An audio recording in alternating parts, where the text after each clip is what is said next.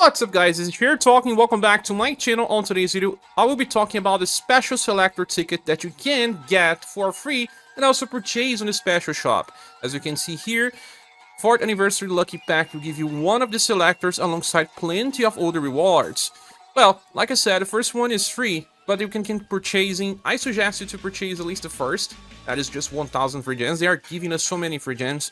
But the thing is, they are giving us at least 3 tickets. To understand that, you have to go to the free quest system and then go to the first event in the new Dragon Rise records. Here you see 2 different stages, one on the right and one on the left. So that will give you the other 2 tickets just by running the stage, as you can see here.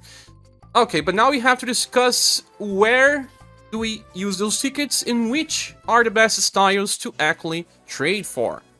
Well, go back 2 times, then go here on the shop page, bottom right, and then after going to the shop, go to the exchange button, and here on the top, 4th anniversary SS style exchange. Guys, this is very big. A list of styles since the start of the game up to October of 2023. But the thing is, most of these styles are not good enough for current game. That's right, some can be good for Remembrance, but since Remembrance changed so much that you usually have some free styles to clear some of the challenges, and it's probably not the focus right now. I won't be delving too much into those type of styles that are just for Remembrance. I'll try to talk more about the general utility of some of them. To be honest, it is very interesting that the Halloween units are still useful in this game. For example, you can still use Halloween Creator. As he can be a farmer, but he has 2 very interesting skills to inherit into other versions of Creator. That is Sun Shower and Creator's Wrath. If you have the newest Creator, this will be very useful, and there is a future Creator as well that will benefit from those skills. The other one is Yuma Mail. If you're not thinking about pulling for the next Yuma Mail, this one can help you with the Remembrance fight versus the Megalith Dragon. One that we'll be focusing here. Then the other Halloween style is Esper Gal. She is still a very useful style because she can buff break and debuff on the same time, while also having a chance to heal the party with very small effect. Now we will be talking about the new banner units that benefit from inheritance. For example, Sumir, that is a damage dealer with sustain to the party.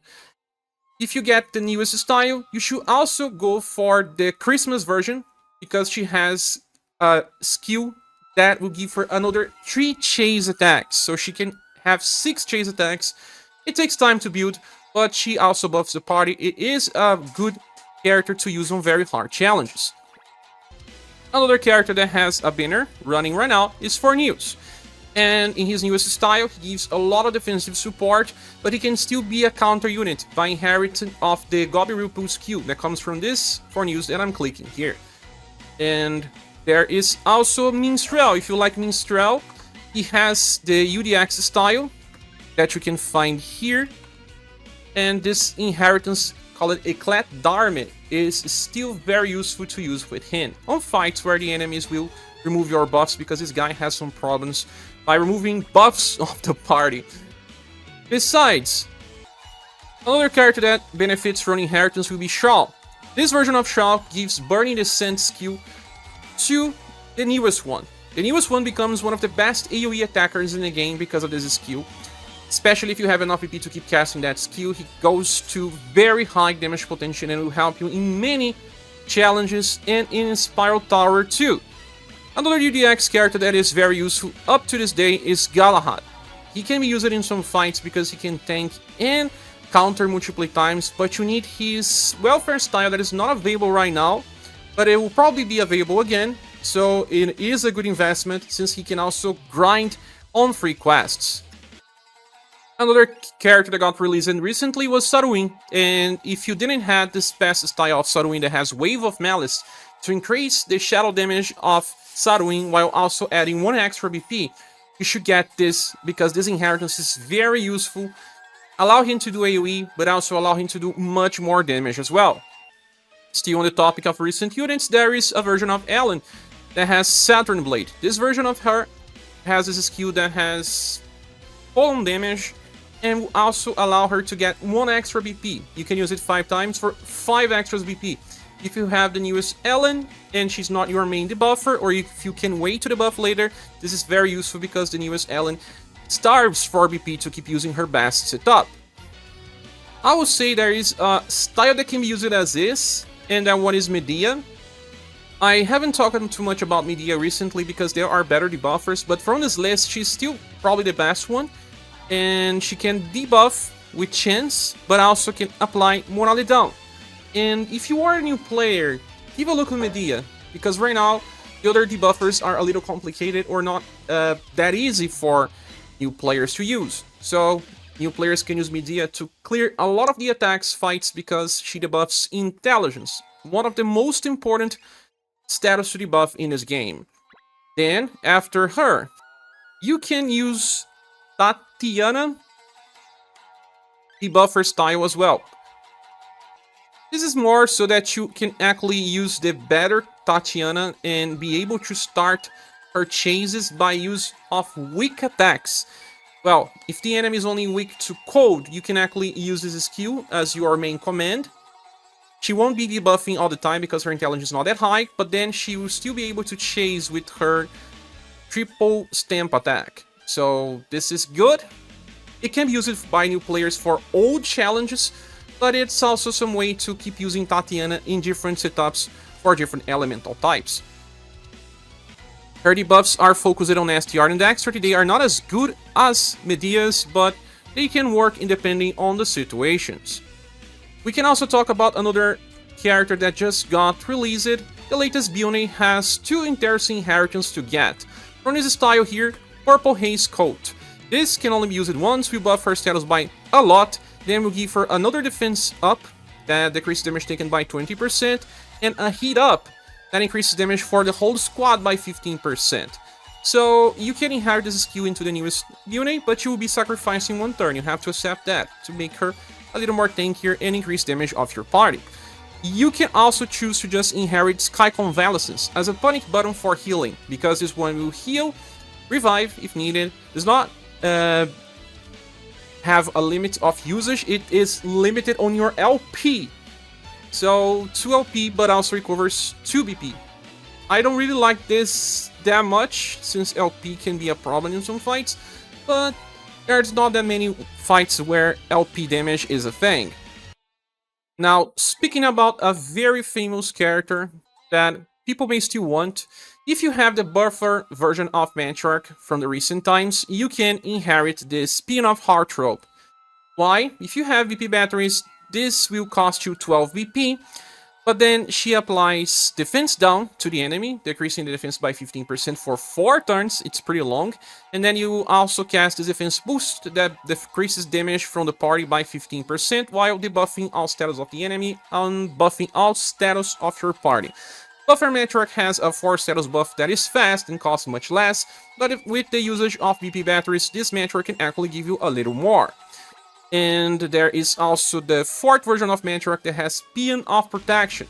Paean of Protection heals and applies evasion, while still using 2 LP much like Bione, but the evasion can be pretty interesting gimmick if you have either of the new 2 recent Matriarchs to inherit. Another character that's borderline useful as it is Melissa, but you need to get both Melissas. This one because this one has Dragon's Blessing Plus, and the latest one that has better status and sustain, and you can cast this skill that can give you 25% defense boost, very small healing, and 1 BP. It is the same skill that Liz uses, and if you didn't get Liz in the past, this is very useful. And on Remembrance, I have been using this Melissa all the time, but she is actually pretty useful there. Outside, I don't think so much. Still talking about buffers, there is Nawal's Daughter. If you got her whale version and you don't have the Water Festival skill, it is still okay to inherit. I used Nawal's Daughter in my Megalith Dragon Remembrance fight, so I think there is still place somewhere to use the character. Still on the topic of the Megalith Dragon, Liz has her Perfector style that allows her to counter, and also when using overdrive, she will counter with an even stronger attack that increases damage taken to the party by 50%. Karatu Waterwall is still useful, and Liz is the best counter, especially if you didn't get the Nomad Fatima in one of the recent banners. There is another character that has some utility by inheritance. If you got the latest Aisha that is a damage dealer and also supporter, she heals a lot. And you can inherit from her S's word style the skill called Earth Trust that will apply morale down medium for 2 turns, decreasing the damage at source by 25%. So while she's not doing damage or healing, she is then applying morale down, increasing her utility. But there is a future version of Aisha that has a more interesting skill if you want to wait or if you don't want to pull. On the topic of morale down, there is a version of Fuse. He's the best club counter that you can find in this list. He has this skill that gives morale down for 2 turns, and he can counter, so, well, there's at least something else besides just countering. But it's just for the Megalith Dragon. If you don't like Fuse, you can also use Genie as your counter, but she does not have morale down. But she does have Taunt. She'll be better on countering, and she self-heals a lot, while also offering Recover. I don't think she's good enough, though. Now we shall discuss about Hulk. Hulk has a new style that will be probably coming in around 2 months, and he has a need of this skill called the Militant Slash that will allow him to be a counter unit. He already buffs defense boost to the party when he gets hit, so if he even counters, he becomes a multi-purpose character. And I'm waiting for this style, so I just want to point this out. The last character I'll be talking about will be Impress, because we still have value for the Impress shield that is capable of blocking damage for 1 turn. You can cast this 2 times because it uses 2 LP. If you have the newest Fire Impress, it can still be useful in some situations. Well, I cannot think about any other character that will be very useful moving forward. The power creep is moving too fast, so those are my recommendations. If you don't agree or have any other suggestions, please say here in the comment section. Thank you so much for watching, please subscribe if you haven't, and if you want to support the channel, there are links in the description. I hope to see you soon in the next video or live stream. Goodbye.